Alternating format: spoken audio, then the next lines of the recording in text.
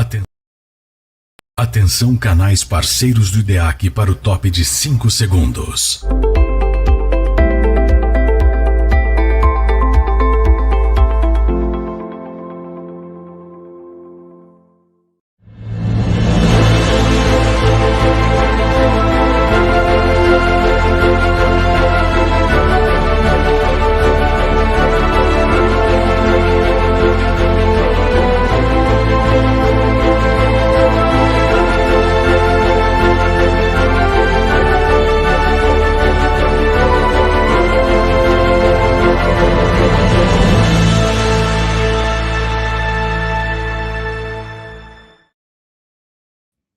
Olá você, olá a todos, olá amigos, tudo bem por aí?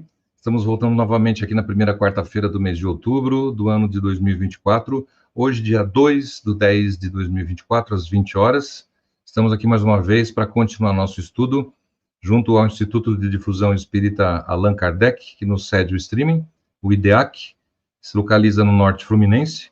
Estamos aqui para bater um papinho de novo com o nosso amigo Dr. Sérgio Thyssen, que nos falará sobre um assunto muito interessante que você vai ficar muito satisfeito de assistir e muito bem informado, porque não é um assunto corriqueiro das nossas casas espíritas. A gente habitualmente não ouve falar muito disso, apesar da literatura espírita ter bastante conteúdo, né?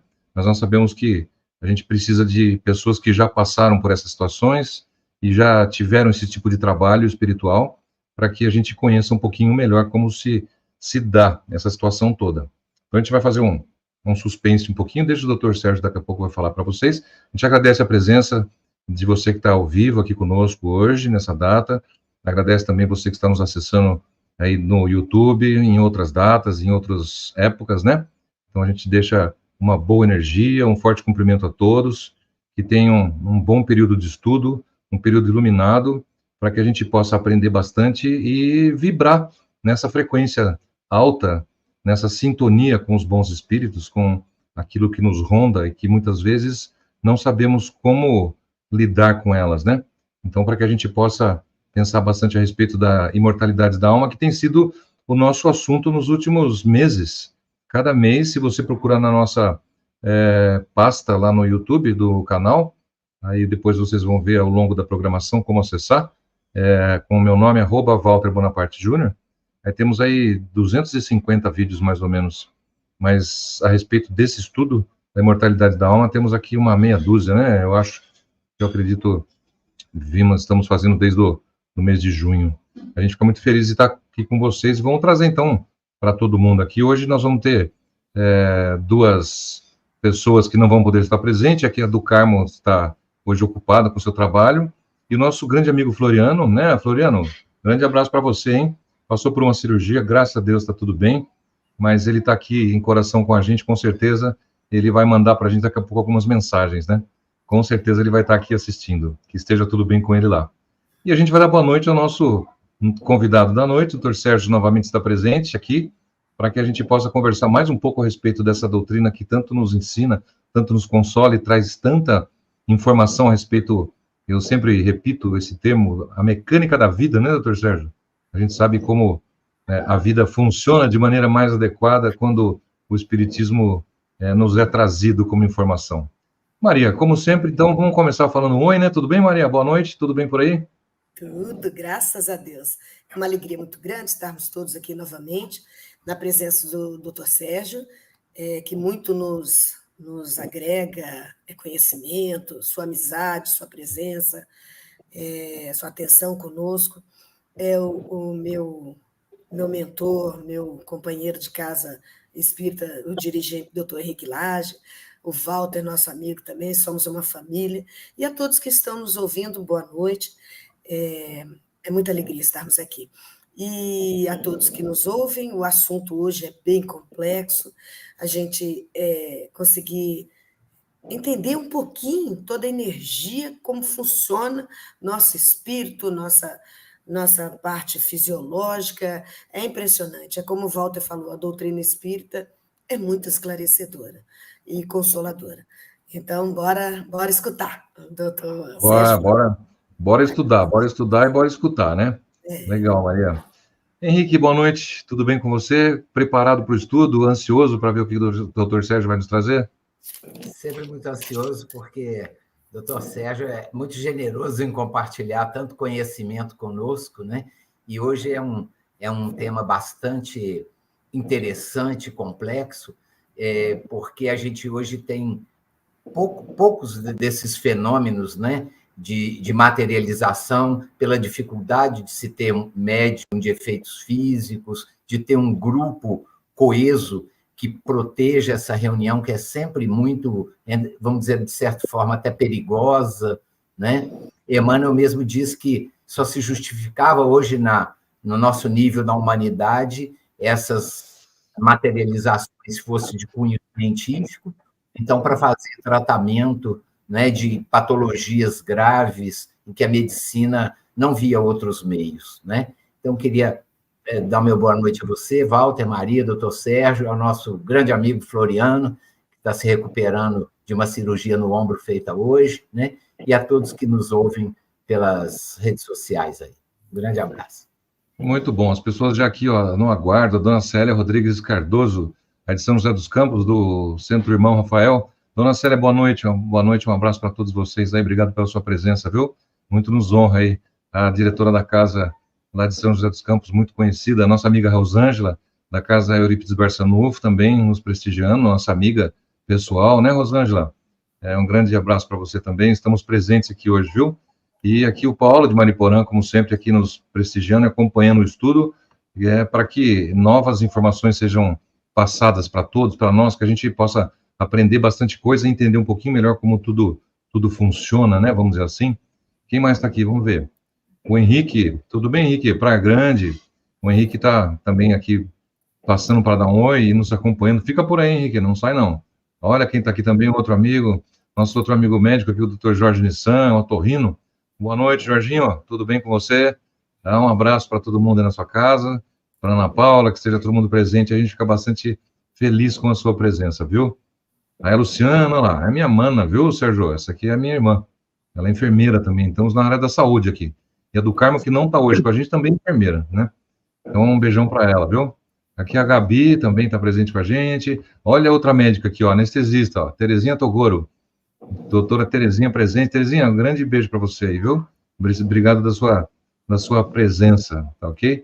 E as pessoas vão chegando e vão devagarzinho se acomodando aí na sua poltrona, no seu sofá, na sua cadeira, na sua cama, para poder ouvir tanta informação. Então, devagarzinho, a gente vai trazendo as pessoas que estão nos acompanhando.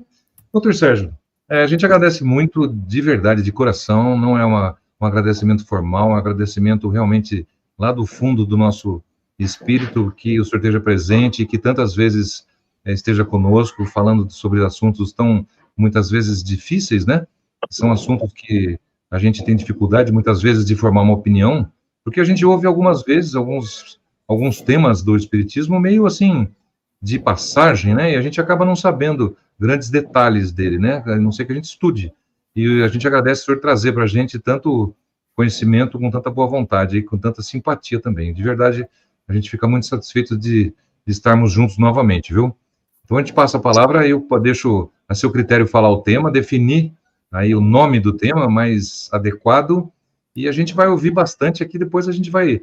Eu já tenho uma pergunta que eu recebi pelo WhatsApp aqui, hein? Pessoal, se quiser fazer pergunta, vai registrando aqui no chat, que depois a gente fala com o Dr. Sérgio, tá bom? E um grande abraço novamente, Floriano, aí, que ele se recupere rápido. Dr. Sérgio, a palavra é sua então, obrigado, viu? Muito bem, muito boa noite para todo mundo, boa noite para vocês que estão aqui mais perto, participando, né, da transmissão do estudo da noite de hoje. Agradeço imensamente. Para mim sempre é um prazer, uma alegria estarmos juntos, seja qual for o tema, né? São temas de interesse geral, não é? E qualquer estudo mais aprofundado sobre qualquer um deles é bom para nós, né? Que precisamos ir conhecendo a realidade do planeta, do universo, da vida, gradativamente. Então, agradeço muito e espero que possamos conversar, pelo menos, sobre os aspectos mais relevantes a respeito daquele que é o tema chamado materializações luminosas e ectoplasmia. Então, para nós começarmos, eu acho que a primeira coisa relevante é nós nos lembrarmos de como é a constituição humana dos encarnados. Então, nós, quando estamos encarnados, numa divisão simples, bem espírita, bem kardeciana, nós somos corpo físico, perispírito e alma. Enquanto os desencarnados, que são iguais a nós, eles não têm corpo físico, mas eles têm perispírito e eles têm, usando a terminologia mais correta, espírita, eles são espíritos. A palavra alma, nós normalmente dedicamos mais aos encarnados, e a palavra espírito aos desencarnados. Não é verdade? Então, existe uma outra divisão, que é, em vez de uma divisão trina ou triuna, ela é uma divisão setenária. Mas eu acho que não vai ser preciso nós abordarmos isto hoje, porque não teria tanto a ver com o nosso tema central. Mas, Walter, fica a sugestão para uma outra primeira quarta-feira de um mês qualquer, que nós estudemos melhor o perispírito. É um tema importante para todo mundo, é importante para a medicina e diversas outras questões da condição humana na Terra.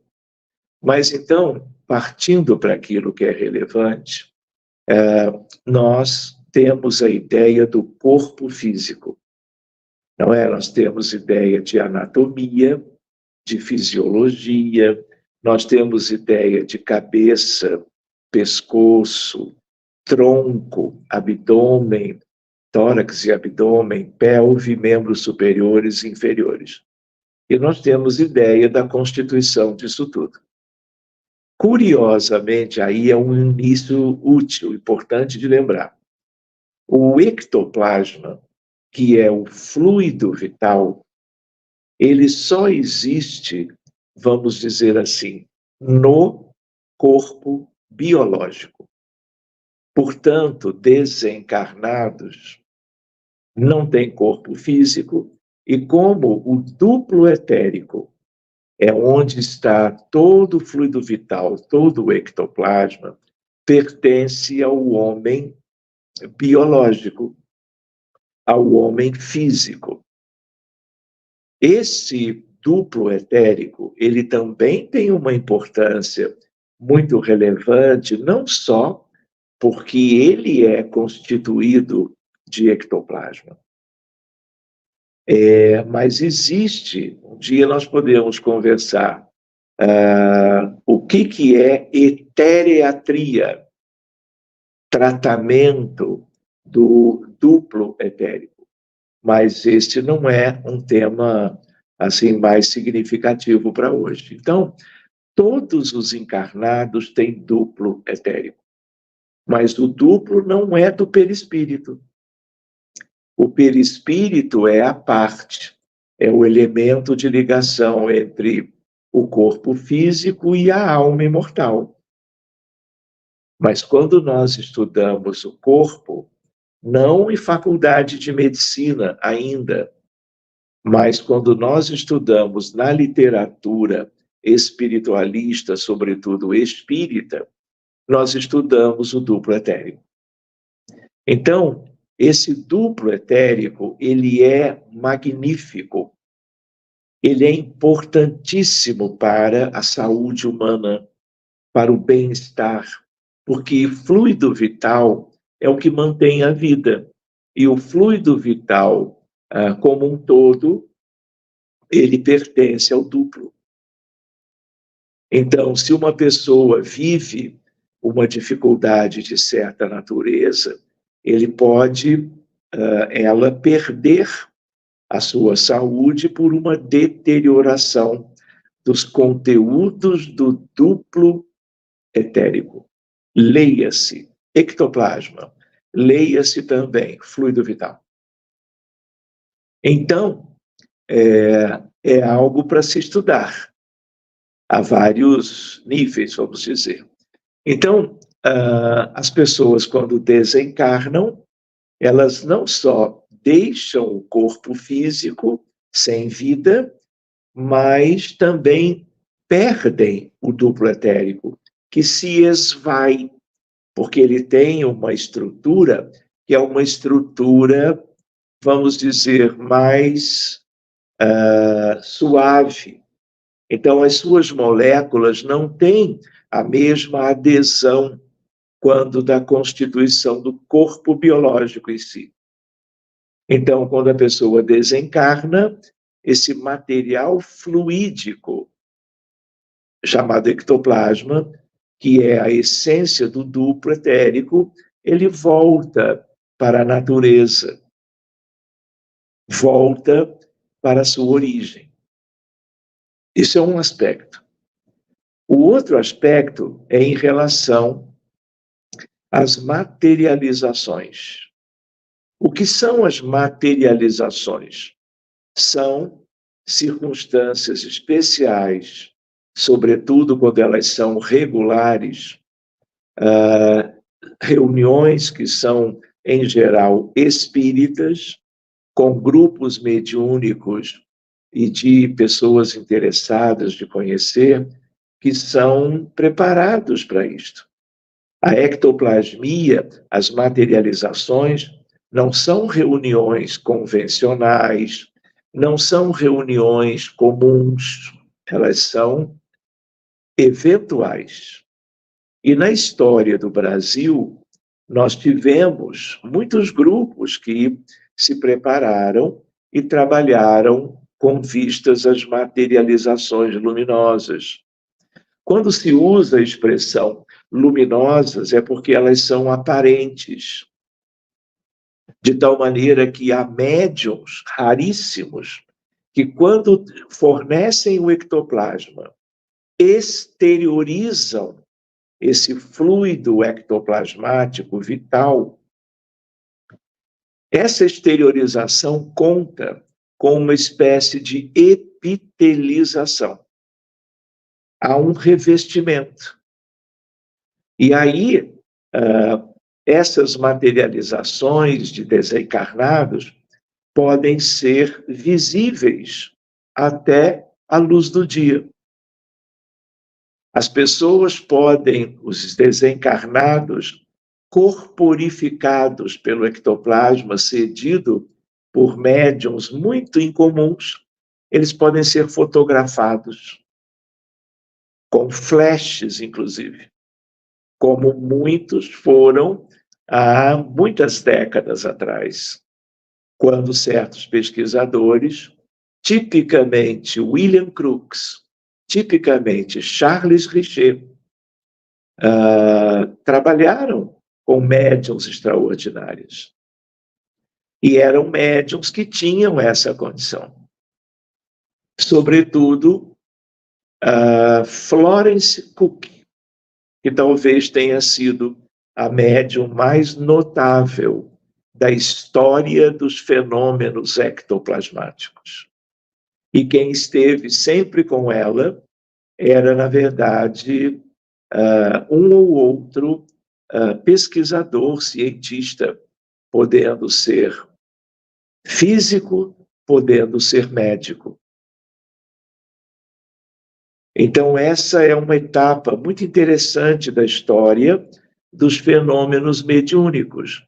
Por quê? Porque existe a mediunidade, voltando para o livro dos médiuns, com Allan Kardec, nós temos os fenômenos psíquicos, lembram? Podendo ser fenômenos mediúnicos e fenômenos anímicos. Pronto.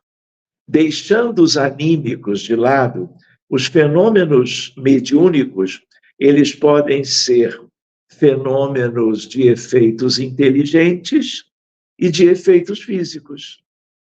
A maioria dos espíritas hoje em dia, e durante toda a história da doutrina espírita no mundo, conheceram os fenômenos mediúnicos de efeitos intelectuais. Os de efeitos, vamos dizer, mais de cunho evidente, são raros. Então, pouca gente conheceu. E as materializações completas de espíritos, ou quase completas, sempre foram incomuns, não é? Então, mediunidade de ectoplasmia são os efeitos físicos, todo e qualquer dos tipos de fenômenos mediúnicos de efeitos físicos se baseiam na ectoplasmia, todos. Então, fenômenos inusitados, vamos dizer, tipologia. Vocês lembram das irmãs Fox? Vocês lembram da história de Hydesville? Vocês lembram do mascate Charles Rosman? Lembram das meninas escutando as batidas na casinha de madeira em Hydesville, no estado de Nova York? Aquilo deu origem como uma coisa precursora da doutrina espírita. Logo depois, ainda nos Estados Unidos, vieram as mesas girantes. As primeiras mesas girantes aconteceram na América, mas logo depois se notabilizaram na França. E foi aí que Allan Kardec, convidado para assistir tudo aquilo, ficou muito surpreso, intrigado, e notou que aquelas respostas deviam ter uma causa inteligente. E aí começa a doutrina espírita através de Allan Kardec, claro, e dos fenômenos das mesas girantes. Por que as mesas giram?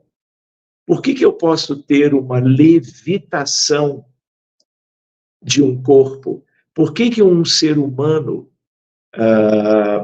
encarnado pode levitar? Por causa do ectoplasma do ambiente.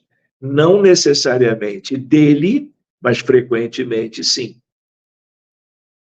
Então, fenômenos de transporte, fenômenos de tipologia, que são ruídos, em que você percebe que tem uma comunicação, tem uma maneira de construir frases. Poltergeist são fenômenos de efeitos físicos. Se não tiver ectoplasma, não existe esse fenômeno. Então, existe uma lista grande de tudo que depende de ectoplasma do médium A, B ou C. E a outra coisa que nós não podemos esquecer é a mediunidade de cura.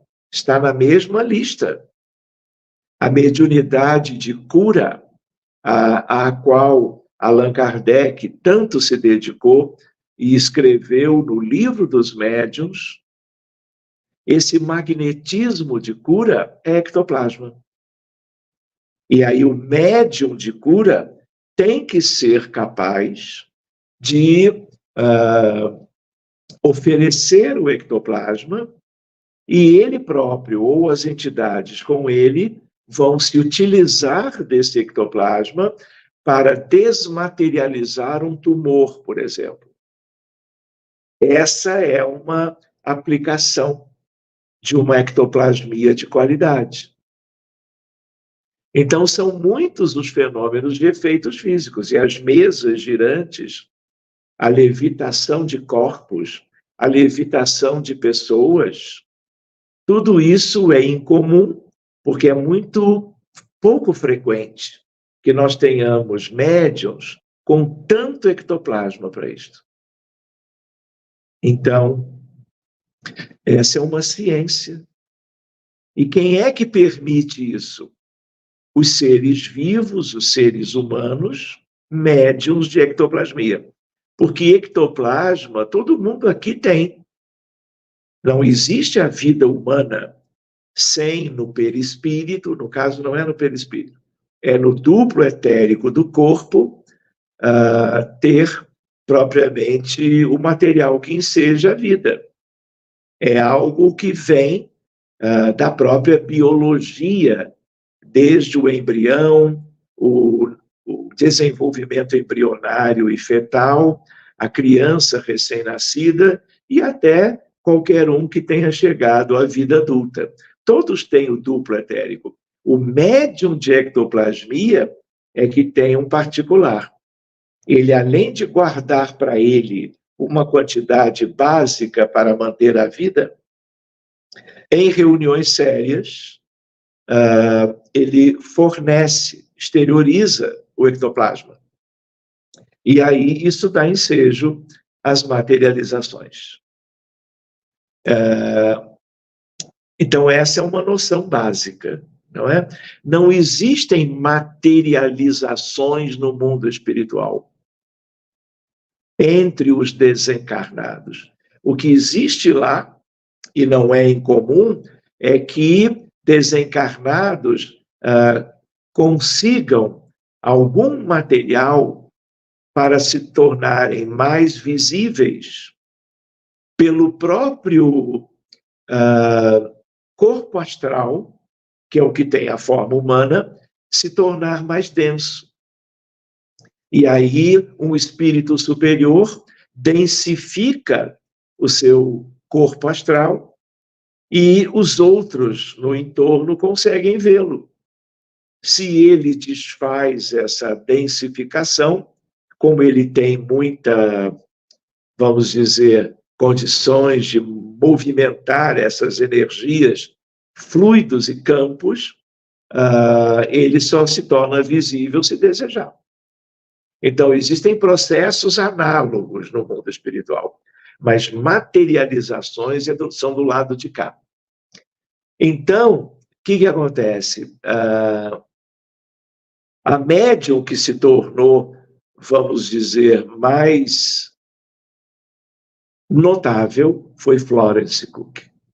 E o espírito de Kate King se materializava de uma maneira completa, foi fotografada inúmeras vezes, e eu vou contar para vocês algo inusitado.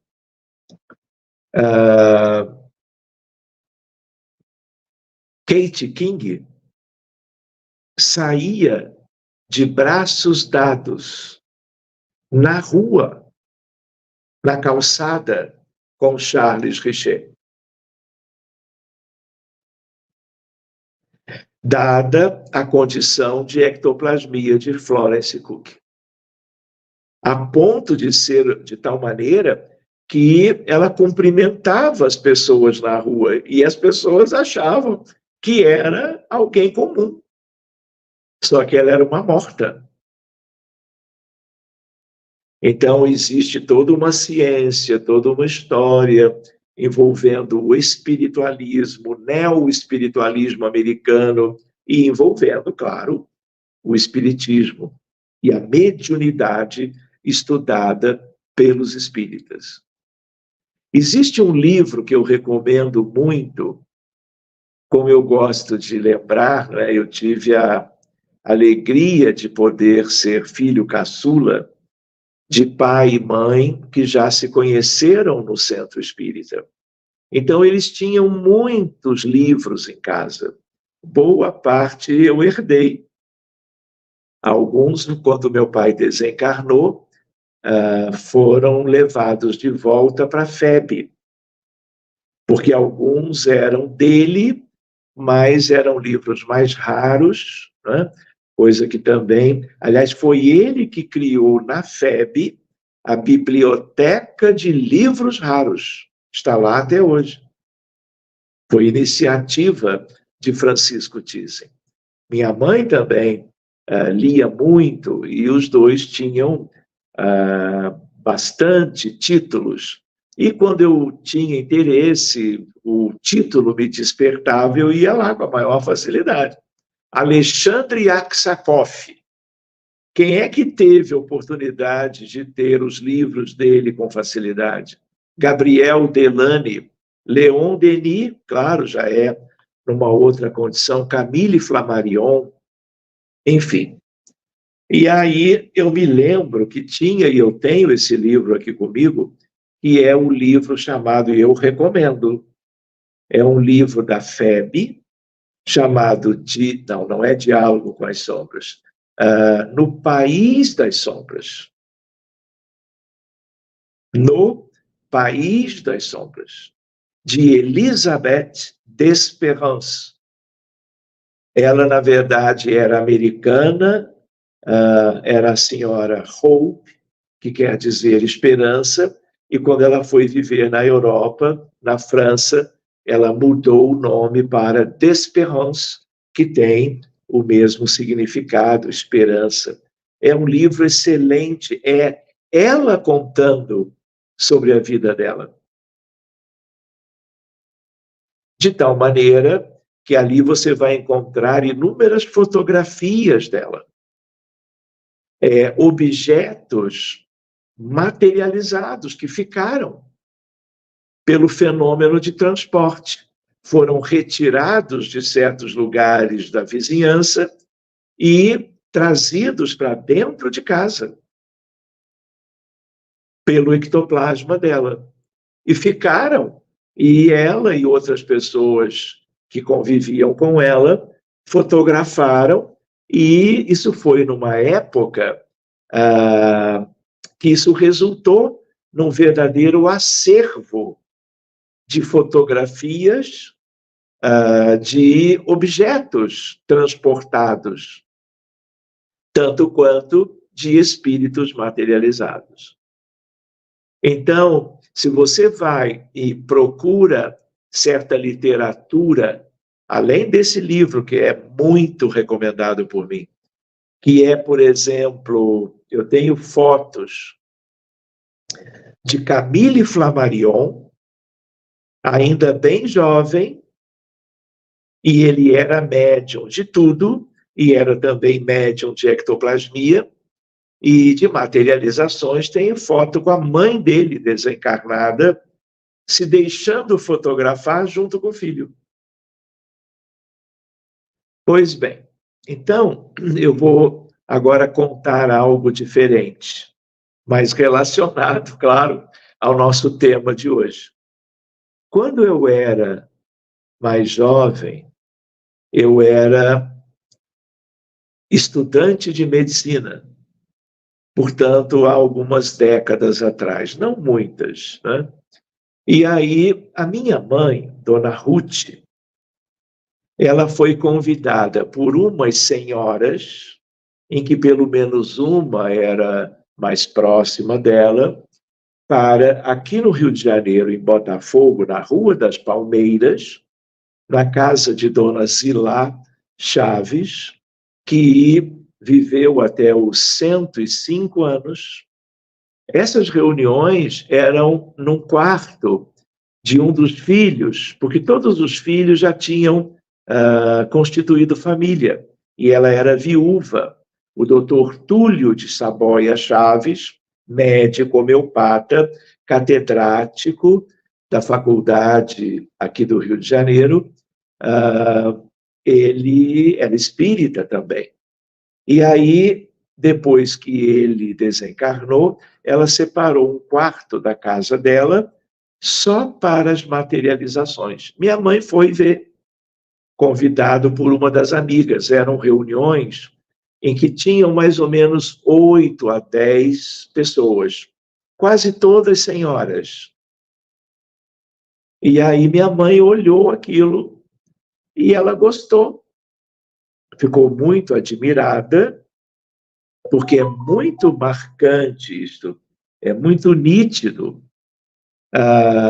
E ela, quando viu como as coisas funcionavam, ela perguntou para a Dona Zilá: Dona Zilá, eu posso trazer o meu filho caçula? O filho caçula era eu. E aí elas, assim, conversaram entre elas e imediatamente receberam autorização para que eu participasse, viesse a conhecer. Por quê? Porque o ectoplasma, ele é um evento raro e ele é muito importante para curas, por causa de que o magnetismo de cura, estudado por Mesmer, estudado pelos magnetizadores franceses, estudado por Kardec, que era um exímio magnetizador, o ectoplasma é fundamental. Então, como o nosso mundo é um mundo de expiações e de provas, há espíritos de todo tipo de natureza, e o fluido ectoplasmático pode ser usado como alimento de espíritos equivocados. Então, não pode entrar numa reunião sem haver pesquisa, avaliação e autorização. Quando a minha mãe foi convidada, ela foi. Quando ela pediu para que eu fosse conhecer, elas conversaram e imediatamente eu fui autorizado. Quando eu fui a primeira vez, eu vi coisas que eu nem podia imaginar daquilo que eu havia estudado na literatura espírita. E aí, o que acontece? Eu vi um espírito atrás do outro se materializando. Eu diria melhor, se corporificando. E, para vocês saberem, eu nunca mais deixei de ir à reunião. Elas aconteciam aos sábados, de 15 em 15 dias. E aí eu virei assíduo. Grande parte desses anos todos, quase uma década, com a minha mãe também. Íamos juntos. E lá eu conheci pessoas lindas, todas elas espíritas, e muito carinhosas, amorosas, estudiosas da doutrina espírita, e eu me tornei também participante de um grupo de amigos. Pois bem, então, meus amigos, eu vou contar para vocês alguns detalhes. A médium de ectoplasmia, que era aquela que era assim, fundamental para que os fenômenos de materializações acontecessem, era a dona Yolanda. Era uma senhora muito humilde, morava em Niterói, do outro lado da ponte, aqui do Rio de Janeiro. Ela não constituiu família e ela tinha muitos cães e gatos que ela tirava da rua e levava para a casa dela. Nunca esqueci isto. E ela, então, vinha para a reunião e, ao iniciar a prece, ela ficava contida numa poltrona para que, se houvesse algum visitante, todos soubessem, e ele também, que ela não podia sair da poltrona, para como que fazer de conta que era um espírito desencarnado. Eu mesmo, numa vez ou duas, a costurei com agulha e linha, ela com um avental branco que tomava o corpo todo. Só por uma coisa de praxe, que para aqueles que estavam indo por primeira vez fizessem.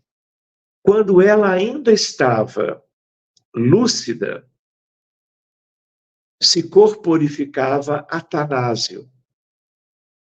Atanásio era um jovem que tinha desencarnado no Rio de Janeiro por um problema de um trauma jogando futebol. Mas o Atanásio, depois eu vim a saber, tinha planejado uma reencarnação curta, mas ele era, na verdade, um egípcio, e ele conhecia tudo isso e muito mais. E aí ele conversava com a Yolanda. se apresentava, ele tinha uma maneira de falar com um certo prejuízo da dicção, e aí nós sabíamos que era Atanásio e escutávamos a conversa. E eles conversavam 2, 3 minutos, e a partir dali, os dois se despediam, e ele aprofundava vamos dizer, a condição dela já inconsciente. Então, ela começava a reunião lúcida e orientada, no tempo e no espaço, como os médicos dizem. Mas o transe era aprofundado depois. Por quê?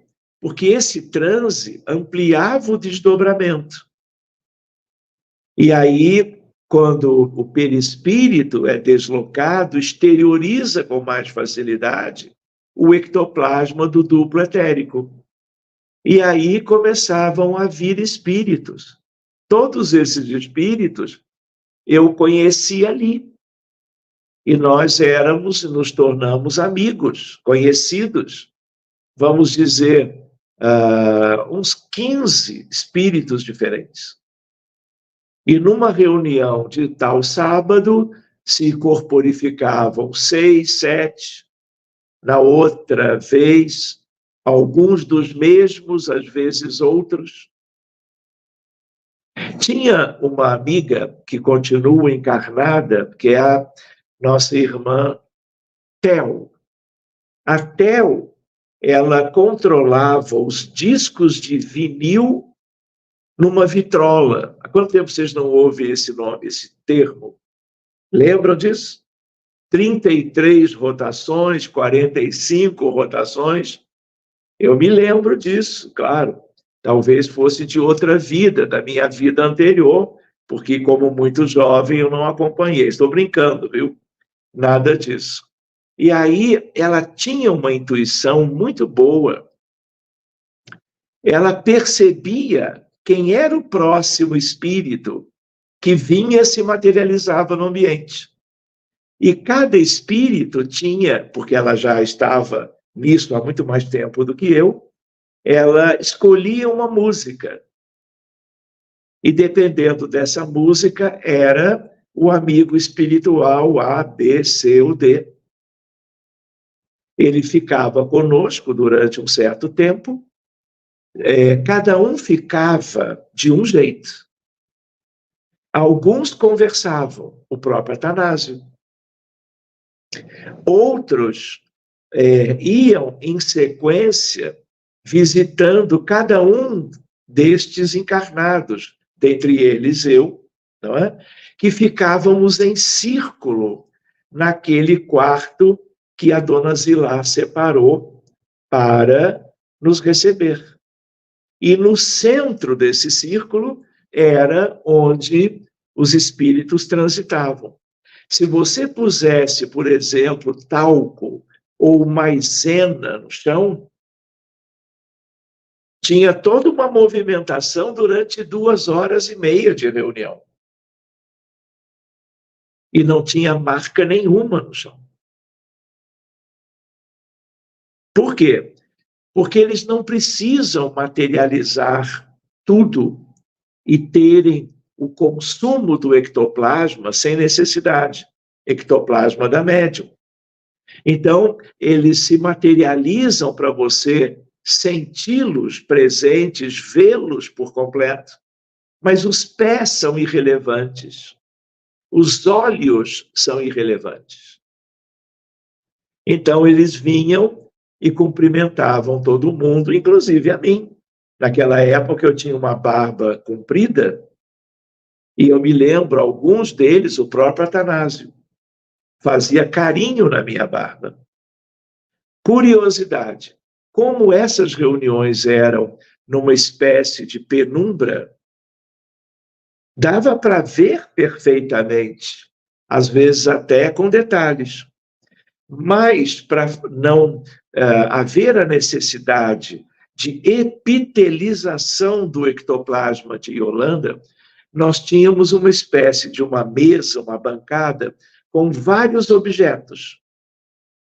Atanásio, ele tinha uma pena de ave pintada de fosforescente. Ele tomava e aonde ele andasse, ele andava com a peninha. Por exemplo, vocês talvez já tenham ouvido falar de Frei Onofre, de Padre Zabel Kaufmann.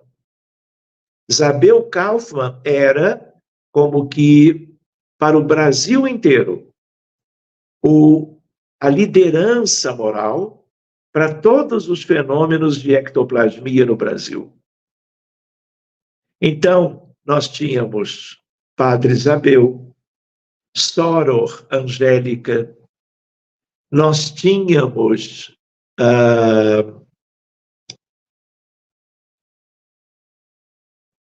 vou lembrar de uma que é importante, Dolores, que era uma andaluz, uma espanhola que vinha toda paramentada.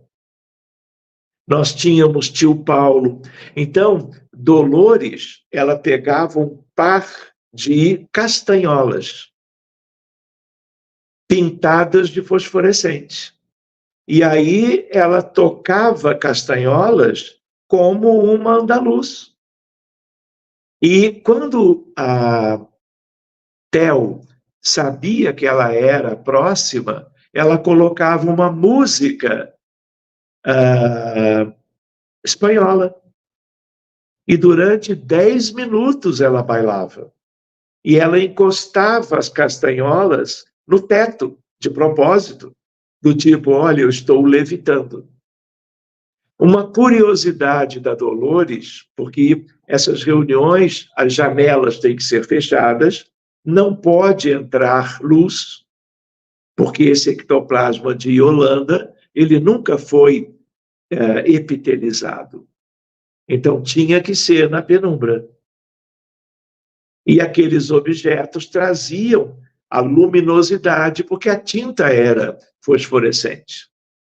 Só que Dolores fazia uma coisa que ninguém fazia. Quando ela chegava, ela materializava não só o corpo perispirítico dela, espanhol, como tudo era fechado, a porta também tinha que ficar fechada. Ela materializava uma brisa refrescante e muito perfumada. Era a única que fazia isso. E era um perfume extraordinário, que ninguém sabia identificar, como se fosse algo brincando do além. E a Dolores era ela assídua. Ela vinha todas as reuniões. Depois do Atanásio, em geral, ele sai da materialização, devolve ou deixa em suspensão o ectoplasma e vem a Dolores e ela vai bailando enquanto nós conversamos. Uma lembrança, essas reuniões, elas não eram para entreter aquele grupo, eram reuniões de cura. E o ectoplasma da Yolanda, além de ajudar e permitir as materializações, o que acontecia? Eles retiravam também o ectoplasma de todo mundo, inclusive o pouquinho que eu podia ser capaz de doar. E cuidavam de doentes nos hospitais do Rio de Janeiro. Então, eu me lembro, uma noite teve uma pessoa visitando, ele não entendia bem, e aí ele me perguntou, mas para que tudo isto? Como se fosse, assim, questionando, né, uma reunião de 2h30 de amigos conversando, uma parte encarnada, outra parte desencarnada. E Atanásio ouviu e disse, diga para o seu amigo que enquanto nós estamos aqui, com vocês nesses diálogos possíveis, a nossa equipe está, numa das noites, cuidando dos abortados, tratando de cuidar da dilaceração do duplo etérico, do perispírito, dos embriões e fetos mortos pela curetagem uterina numa metrópole como o Rio de Janeiro, em que o número de abortos sempre foi muito alto, como em qualquer lugar. Só para vocês terem uma ideia, de 1º de janeiro até ontem, 33 milhões de abortos, 804 mil suicídios. O que essa equipe, com o Dr. Bezerra e outros espíritos, faziam? Angariavam o ectoplasma da própria Yolanda e um pouquinho de cada um. E aí eles formavam um banco de ectoplasma. E iam disponibilizando para a reconstituição perispirítica de um número muito grande de vítimas. Fecha parênteses. Porque nós ali não acompanhávamos isso. Eles lá no mundo espiritual. No nosso plano, as coisas eram de congraçamento, entrelaçamento, amizade. Por exemplo, tinha Xoxoxin. Xoxoxin era japonesa. E ela tinha um leque. E era um leque arredondado, pintado de fosforescente. Ela pegava na bancada, uma vez materializada, e a Tel colocava uma música japonesa. E ela bailava toda paramentada, como se fosse uma geisha. Era muito impressionante. Posso contar umas histórias? Numa altura, a Tel, que era assim, ela me diz, Sérgio, chegou um espírito aqui que eu nunca tinha visto. E ela vai se materializar.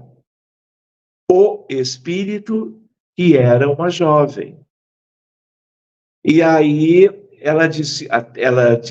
a Tel diz para mim, Sérgio, ela está vindo por sua causa. Aí eu fiquei na dúvida, fiquei pensando, o que será? O que será que eu possa ter feito que possa ter trazido alguma dificuldade para alguém? Pois bem, se materializa uma jovem com toda uma vestimenta típica de uma jovem russa. Vejam só, toda colorida. Só que não se vê as cores, porque o ectoplasma que reveste o corpo astral do perispírito do manifestante, ele é cinza.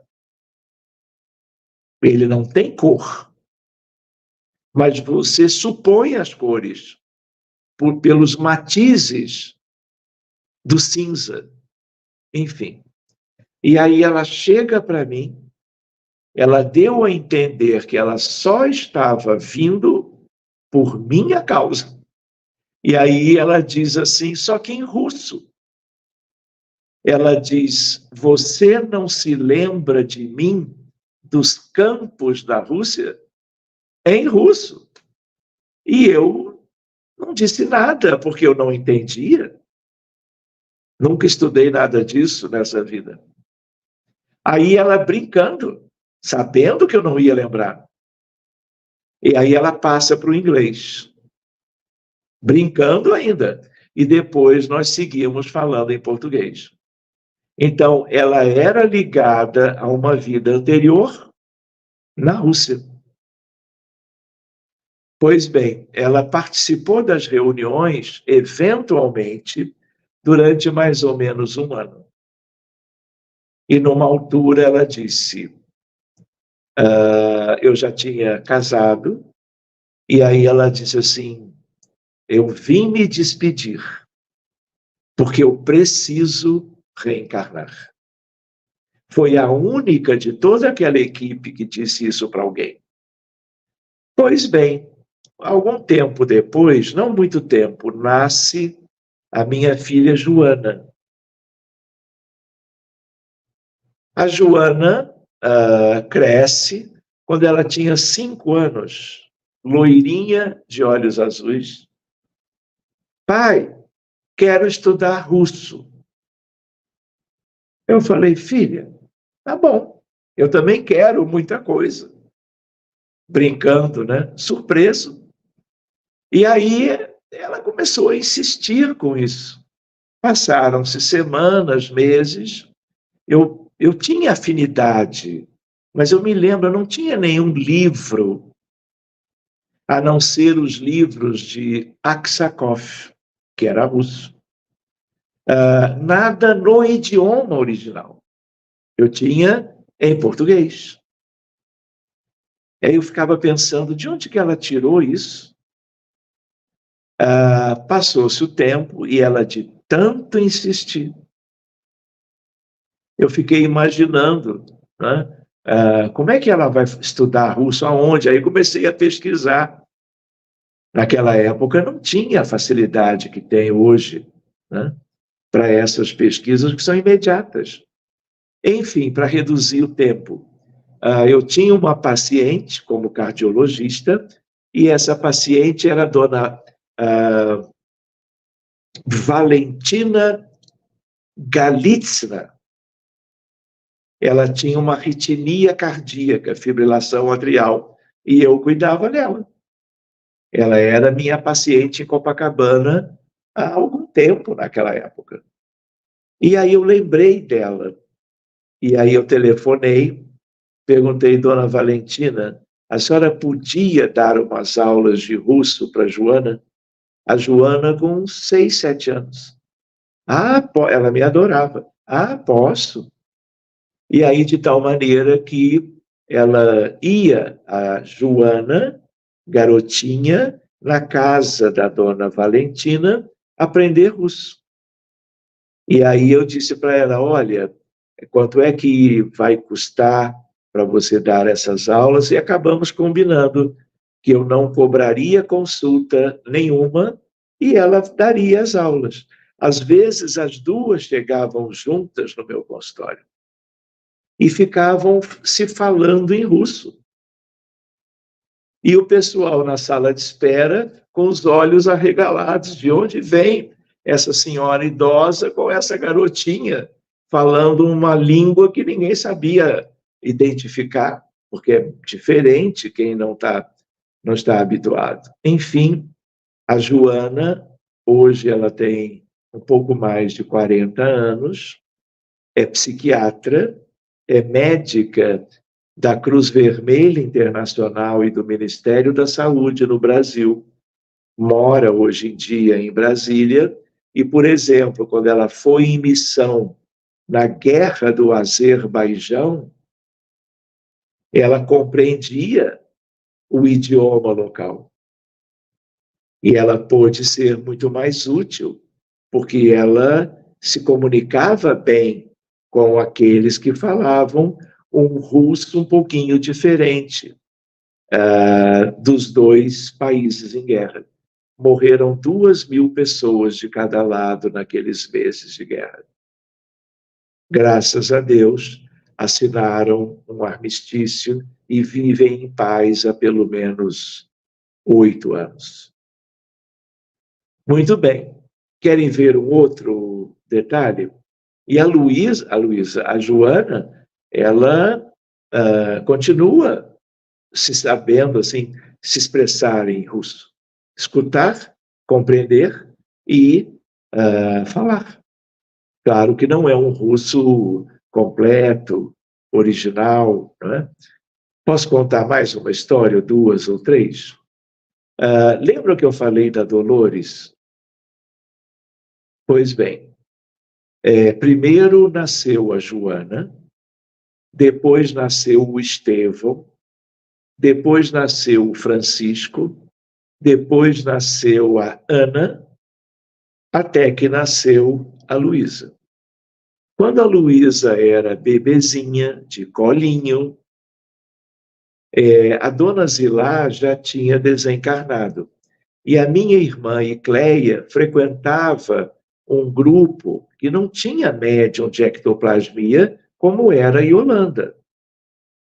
E aí, eles tinham médiums, e a dona Zilá se comunicava, e outros espíritos também, mas não se materializando. Porque para materializar, tem que ser médium com essa condição. E eles são raros até hoje.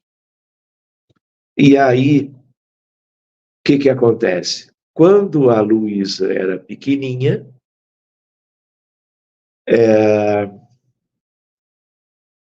a dona Zilá diz para Icleia: Icleia, eu tenho um recado para o Sérgio. Ah, é? Qual é o recado? Aí, dona Zilá, diga ao Sérgio que Dolores está nos braços dele. Então, a Luísa hoje tem 15 anos, faz 16 agora em outubro. E ela, é só você, por exemplo, brincar de dar um lenço, ela já coloca sobre a cabeça. Eu fui à Espanha algumas vezes, eu trago leque para ela, e ela só falta tocar as castanholas.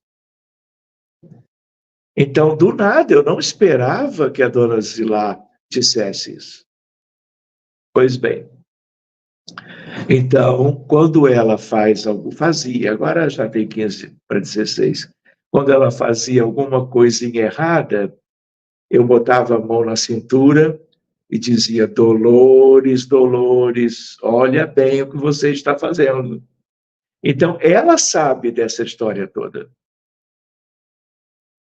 Posso contar mais uma questão que eu não tenho ideia de algo parecido? Durante as reuniões, quando a Dolores bailava, ela vinha sempre. E aí, não é que numa noite, eu sentadinho no meu canto, eu ficava orando, ficava observando, feliz da vida. Não é que ela vai na minha direção, segura na minha mão e me diz: vem dançar comigo. E eu, muito tímido, eu falei: eu não sei dançar. Não é que ela insistiu, mas insistiu tanto que eu me levantasse. Eu já era de 1,80 m e tantos. E eu vou dizer para vocês, ela pediu para Theo uma determinada música e eu dancei com ela no centro da reunião.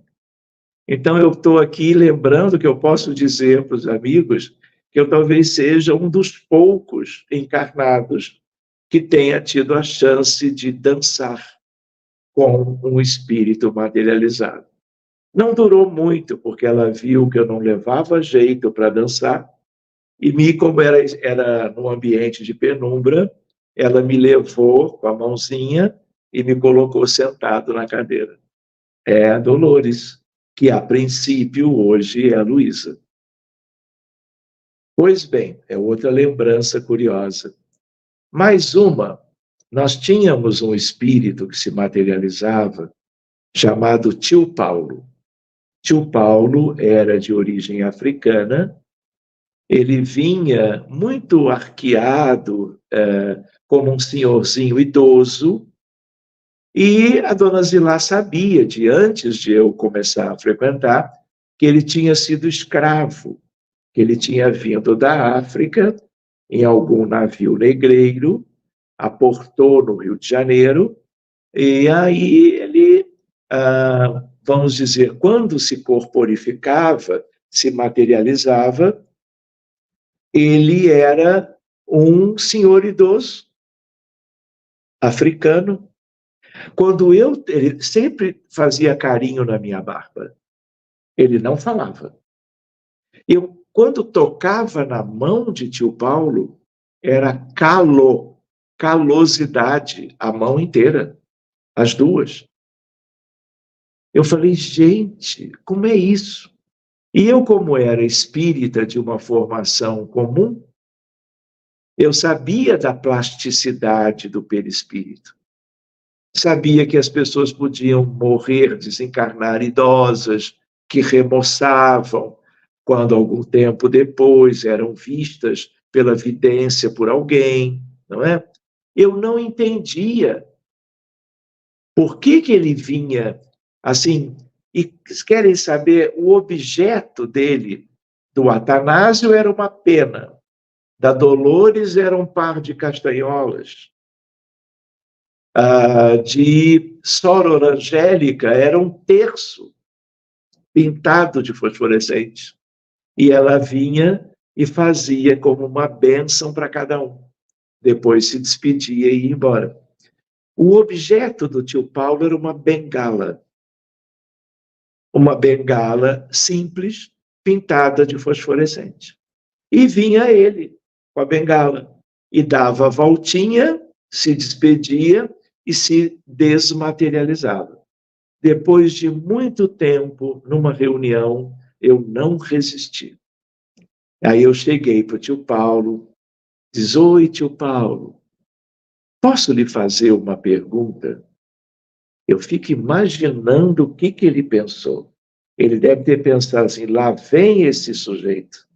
O que ele vai querer saber? Mas eu estou só brincando, porque o que acontece? Eu pergunto assim, tio Paulo, por que o senhor vem assim? Quando eu disse isso, eu queria dizer, olha, eu tinha um pouco de preocupação dele, muito idoso, podendo estar cansadinho, aquelas mãos com aquela calosidade, tudo, toda. Eu falei assim e fiquei esperando a resposta. Logo depois, ele diz assim, Sérgio, eu vou te dizer. Meu filho, ele chamou. Até porque naquela época, eu próprio, claro, tinha menos idade, e ele era um senhorzinho. Sérgio, eu poderia vir nas reuniões e estar em qualquer lugar do mundo espiritual como médico, com aparência de médico. Eu fui médico na França. E eu fui um bom médico, Sérgio. E eu estudei na Sorbonne. Trabalhei no Hospital de la Salpêtrière, a Paris. Então, eu poderia vir de jaleco branco, com o estetoscópio, com as canetas no bolso, não é? Como na minha vida anterior. Mas, Sérgio, por umas coisas muito antigas, eu planejei de viver e nascer primeiro em África e viver a experiência difícil da escravidão. Sérgio, eu trabalhava de manhã até de noite, na enxada, como você pode imaginar, pelas mãos que você sentia, tão cheia de calosidades. Sérgio, podia vir como médico, mas foi exatamente como escravo, trabalhando anos e anos a fio, sem nunca reclamar, sem criar qualquer dificuldade, exercendo, Sérgio, a aceitação, a resignação e a humildade. E aí ele me diz, Sérgio, é a humildade que abre as portas dos céus. Sem que eu me desse conta na hora, ele estava me dizendo meio que de onde ele vinha para se materializar ali. Enfim, não conversamos mais nenhum assunto, porque eram muitos espíritos para se revezarem nas materializações. Então, ele vinha, fazia um carinho na minha barba, também se aproximava de todas as outras pessoas e se despedia e ia embora. Pois bem, depois da Luísa, nasceu um menino. E quando ele ainda era de colinha, a Icleia continuava frequentando lá as reuniões na casa de uma outra pessoa, e a dona Zilá vinha com frequência, só que para psicografias e psicofonias. Desencarnada, portanto. E aí, em algum momento, ela diz: olha bem, Icleia, eu tenho um novo recado para Sérgio. Ah, é? Pois bem. Um dia a Icleia me liga e diz assim: olha, meu irmão Sérgio, a dona Zilá pediu para eu te dar um recado. Ah, é? Qual é o recado? Olha, tem alguém daquelas reuniões na casa dela que está agora nos teus braços. E aí eu falei: quem é, Icleia? Ela falou: eu não vou dizer, adivinha. Eu falei: Icleia, eu estou aqui quietinho no meu canto. Você me liga e vem me dar uma notícia, com certeza, ótima, né? E fica querendo que eu adivinhe? Por favor, eu quero saber quem é. Até porque a dona Zilá pediu para dar esse recado. E aí, então eu vou dizer só a primeira letra. Eu falei: tá bom. Porque eram alguns, né? A maioria mulheres, mas meio a meio, mais ou menos. Metade, aproximadamente. E aí ela falou, e Cléia falou: olha, começa com P. Aí direto eu falei: Pedro Ernesto. Por quê? Porque doutor Pedro Ernesto, que foi prefeito do Rio de Janeiro, criou a primeira emergência no Rio de Janeiro. É Pedro Ernesto. E ele frequentava, ele se materializava também. Aí eu falei: Pedro Ernesto. Ela falou: não. E falei: Cleia, eu conheço todos. O único que começa com P é Pedro Ernesto. Não é. Aí eu fiquei pensando: é tio Paulo? Ela falou: é. Mas para mim começaria com a letra T, de Thyssen, não é? Ou de tecido. Não, é ele, porque o nome mesmo é Paulo. Nós é que chamávamos de tio Paulo. Olha. E aí ele foi crescendo. Hoje ele tem 12 anos. De 6 filhos, ele é o meu caçula. Quando ele foi crescendo, né, com 2, 3, 4 anos, ele era como um xodózinho. E eu tinha ele, então, como a 6ª criança. São 3 meninos e 3 meninas. E ele foi o último. Ele é diferente de todo mundo que eu conheço. Ele é de uma generosidade. Ele é de uma empatia. Se eu, sem querer, deixo alguma coisa cair na cozinha: pai, está tudo bem? Eu não tenho a menor dúvida que um é outro, que o outro é um. Então, brincando um pouquinho, vejam que curiosidade, de reuniões sérias, de um tema incomum, que são as materializações luminosas, ectoplasmia. Dos meus 6, 3 deles, pelo menos, eu vim a saber que eram daqueles amigos que se corporificavam.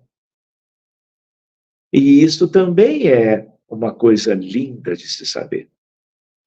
A continuidade da vida, e uma coisa que foi um período de muitos anos, uma década.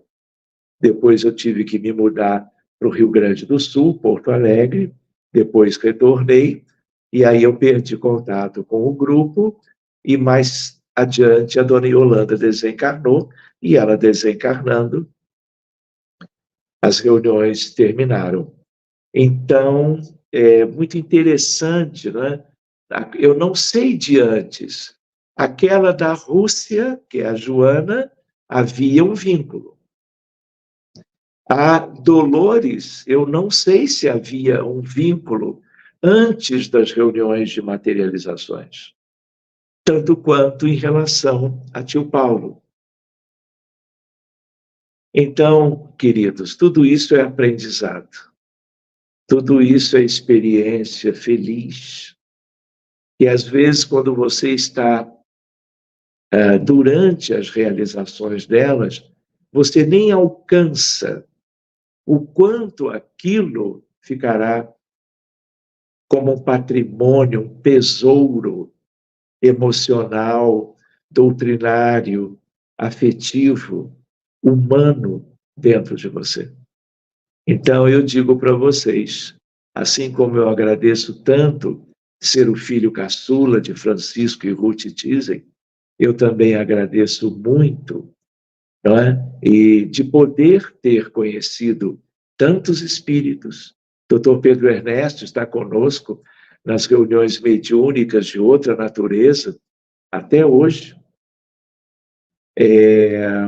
na companhia de muitos outros espíritos.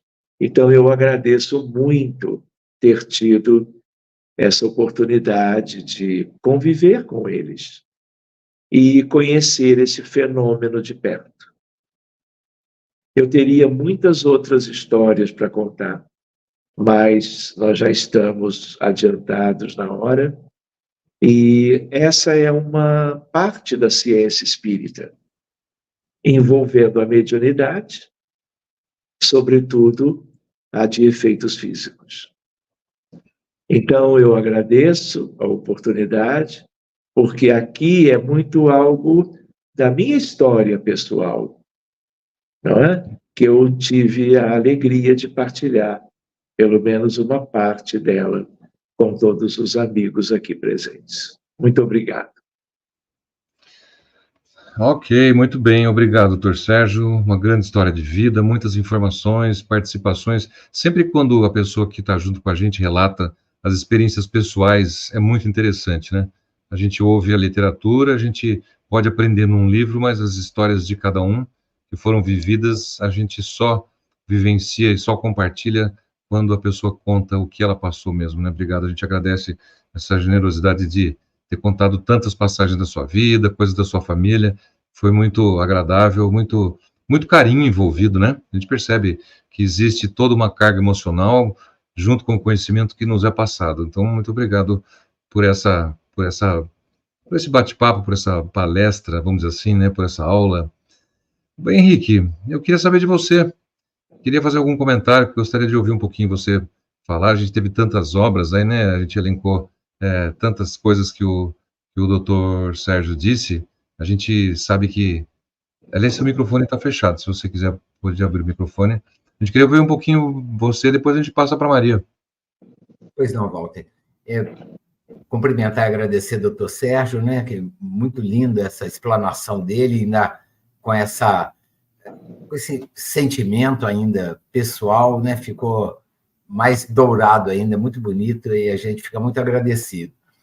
Eu estava me lembrando, né, no livro Missionários da Luz, né, que André Luiz dizia, né, que além do ectoplasma, que é principal, né, que vem do médium e do grupo mediúnico ali, né, que tem também aquelas energias sutis da espiritualidade sideral, né, dos espíritos protetores, e até da própria natureza, das plantas, da água, né, que o Hernani Guimarães Andrade ainda fala, tem o ectoplasma mineral, vegetal, animal e hominal, né? E eu queria, assim, ressaltar a importância desse médium de efeitos físicos, não é?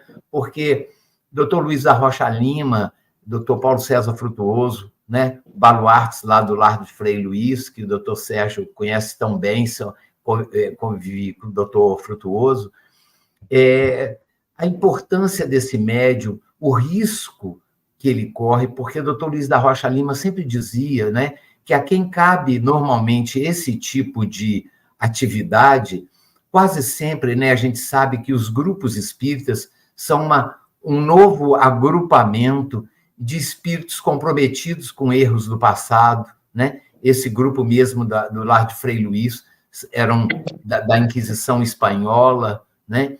E, normalmente, o médium de efeitos físicos talvez fosse aquele mais comprometido, né? E Dr. Frutuoso, como o senhor falou tão bem aí do duplo etérico, um outro envoltório, né? A tela búdica, que o que diferenciaria esses médiums de efeito físico de mim ou de nós, por exemplo, seria a permeabilidade, a fenestração dessa tela búdica, né, com essa exteriorização do ectoplasma.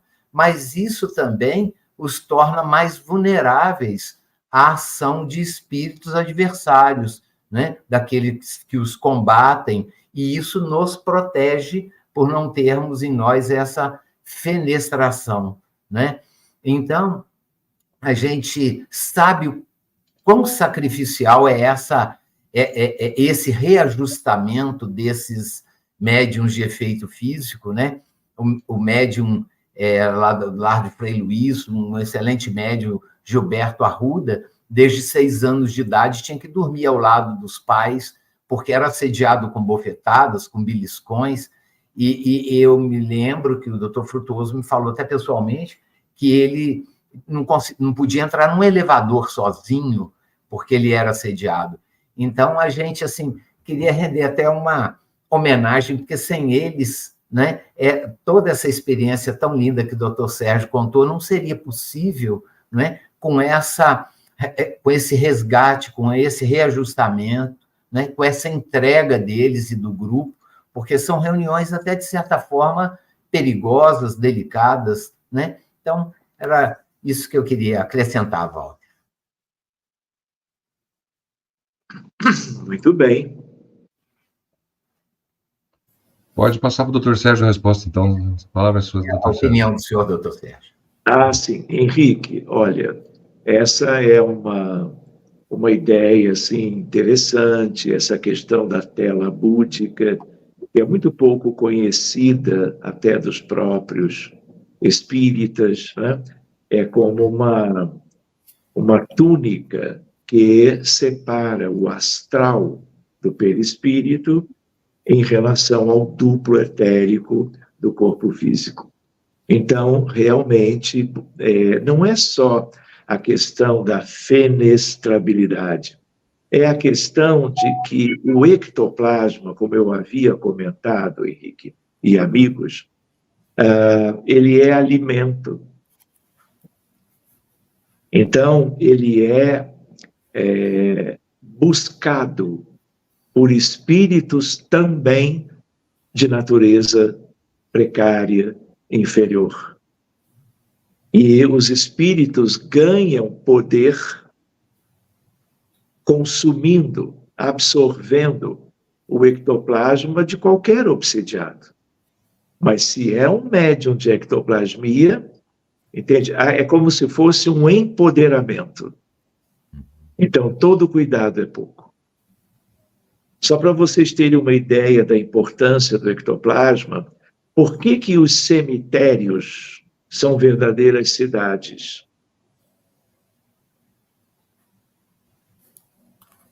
Cheios de desencarnados. Por quê? Porque os corpos enterrados, na medida que a pessoa morre, ele aos poucos vai liberando o ectoplasma, fluido vital. E os espíritos que não têm melhores alternativas e têm tantas necessidades assim, eles vivem lá. Por que tem tanta gente que não pode entrar nesse ambiente? Quando vão homenagear aqueles que partiram. Por que se sentem mal? Porque ali é uma verdadeira cidade. Cada um deles, em qualquer lugar do mundo. Olha que mundo ainda com dificuldades que nós nem imaginávamos. Então, como esse ectoplasma ele vai sendo liberado aos poucos, ali também é um lugar, é uma fonte para espíritos que não conseguem sorver da natureza o suficiente e buscam um lugar concentrado. Então, seu Henrique, amigo Henrique, há uma ciência nisso. Entende? Hoje nós aqui consideramos alguns aspectos pessoais mais ligados bem a essa temática de uma maneira ilustrativa, para facilitar o entendimento. Mas todo médium é visado. Sabe por quê? Porque, independente da tela búdica, todo médium, por exemplo, de psicofonia, desdobra. Não existe mediunidade sem desdobramento. Não existe. Pode ser ficar bem pertinho do corpo e pode ir longe. Seja de psicografia, psicofonia, vidência. Não existe expressão mediúnica sem desdobramento. E no que desdobra, exterioriza o duplo. Por isso que toda reunião mediúnica tem que ter prece de abertura, de encerramento, tem que haver preparo de cada integrante da equipe. É um laboratório do mundo invisível, buscando a expressão de André Luiz. De tal maneira que há uma ciência aí. E a quem que cabe estudar bem isso tudo? Aos espíritas. Para divulgar isso para os que não conhecem ainda. Quando vocês falaram de que o ectoplasma está em vários outros lugares, a natureza tem ectoplasma. Todos os animais têm perispírito. Falando agora do perispírito. Não é? Se você estudar Gabriel Delany, ele chega a dizer que até os mosquitos têm o perispírito análogo. Então, quando você fala minerais, animais, todas as espécies, até as humanas, né? Todos eles têm algo ligado a um sentido de perispírito e, claro, no campo da biologia, algum ectoplasma. E se vocês me permitirem, eu falaria algo que alguns têm um pouco de dificuldade de me acompanhar. É um tema interessante que eu aprecio desde meu pai e de minha mãe, e que tem a ver com esse aspecto que o Henrique trouxe. Mas só falo se vocês acharem que eu devo. Apoiado. Aí o Walter não disse nada. Deixa para o doutor Sérgio, deixa para Maria fazer algum comentário, a gente volta no senhor então, para Maria poder se manifestar. Doutor Sérgio, eu fiquei muito emocionada, porque o assunto em si, o pouco que eu estudei, porque eu tenho que aprender muito, estudar muito ainda, que é muita ciência, eu fiquei, no início do nosso encontro hoje, conversando com os meninos, eu estava dizendo da emoção de se presenciar esse momento do ectoplasma, deles, das entidades chegando, dos espíritos vindo. Agora, o senhor imagina o senhor receber essas tarefas? Imagina o quê?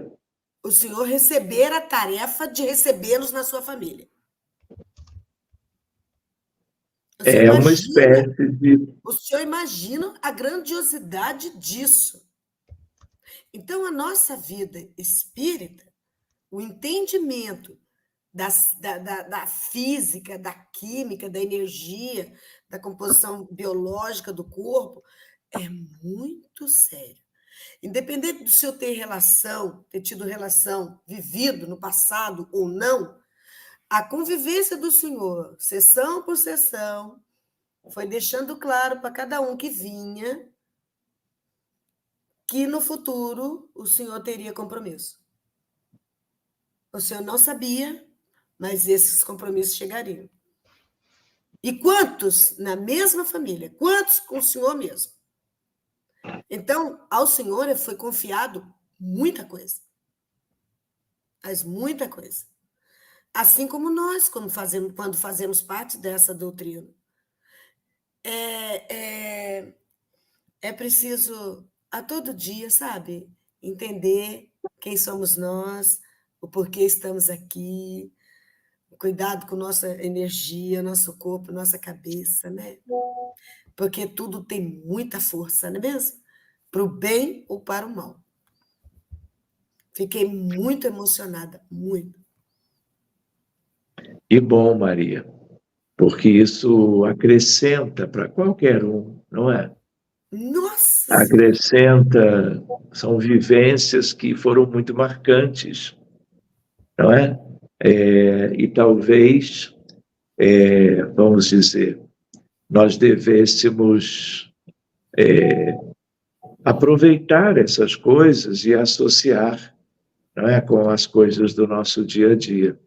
E eu só tenho a agradecer, não é? Assim como eu me referi a meu pai e a minha mãe, a ter tido a chance de conhecer todos esses espíritos através da mediunidade de Yolanda.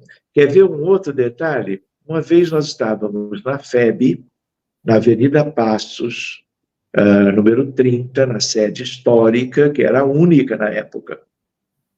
E aí havia uma palestra do Divaldo Pereira Franco. A dona Zilá ainda estava encarnada, ela sentou lá na frente, nós também, meu pai era o presidente da FEB na época, e aí fomos assistir, eu nem me lembro o tema que naquela altura ele falou. Terminada a palestra, o público foi se retirando e nós entramos, eu, meu pai, minha mãe, dona Zilá, Divaldo, para uma sala assim menor, né? E aí conversávamos, né, sobre alguns assuntos. E a dona Zilá conhecia o Divaldo, mas o Divaldo não conhecia ela. E aí nos apresentamos, tal, e aí ele viu que nós éramos próximos e ele comentou que dona Zilá tinha sido minha mãe. E doutor Túlio, meu pai, em alguma vida anterior. Algo que eu nem podia imaginar, apesar de um amor, um carinho, uma gratidão muito grande de minha parte em relação a ela. Eu acabei me tornando o cardiologista dela.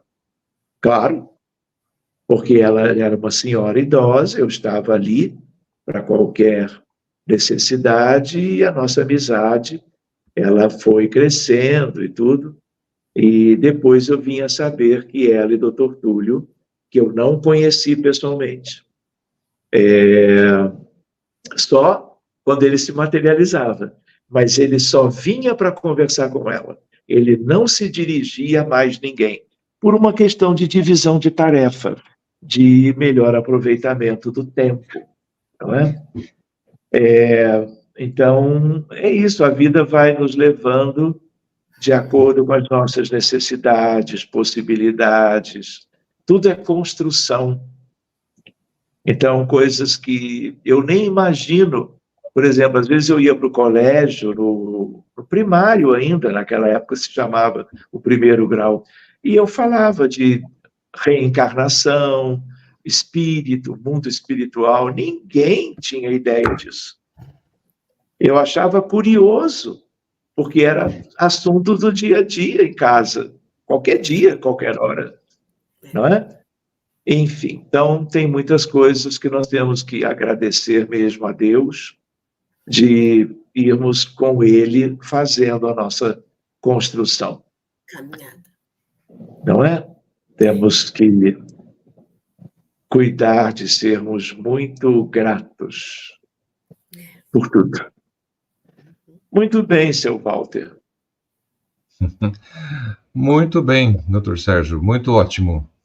Eu acho que chegou o momento de agradecermos a presença de todos, ficamos muito felizes com o tema, um tema muito oportuno, né? muito pouco abordado, e eu acho que foi brilhantemente trazido para a gente aí pelo Dr. Sérgio, com tantas experiências, com tantos detalhes, né? Hoje, com certeza, sabemos um pouco mais aí das materializações, das luminosas, né? A gente sabe que tem alguns temas, depois, quem tiver interesse, procura nos livros da doutrina, nós temos vários livros aí que podem nos esclarecer mais e contar outras histórias ainda, além dessas que o Dr. Sérgio nos contou hoje. A gente agradece muito a ele, a sua família, aqueles estão, os espíritos a ele relacionados também, né, que estão nos auxiliando hoje, com certeza, e por trás ali, o intuindo, enquanto ele está no nosso maravilhoso mundo material de crescimento e evolução, né? Então é isso. Maria, muito obrigado, que Deus nos proteja, Henrique também, obrigado pela presença, agradeço a todos aí a colaboração, agradeço o Floriano, que com certeza está nos assistindo, se não tiver, que descanse depois da sua cirurgia para poder participar no mês que vem e estudar os nossos novos temas, né? Para você que nos acompanhou também, fiquem com Deus, boa semana, e que dias de mais calma, mais amor, dias de um pouco mais de tranquilidade nos esperem, né? Então, é isso que eu peço para todos. Então, muito obrigado, que Deus os proteja, hein? Até logo. Tchau, Dr. Thyssen, tchau, Maria, tchau, Henrique. Obrigado. Tchau, boa noite. Obrigada. Tchau, boa tchau. noite. Boa noite.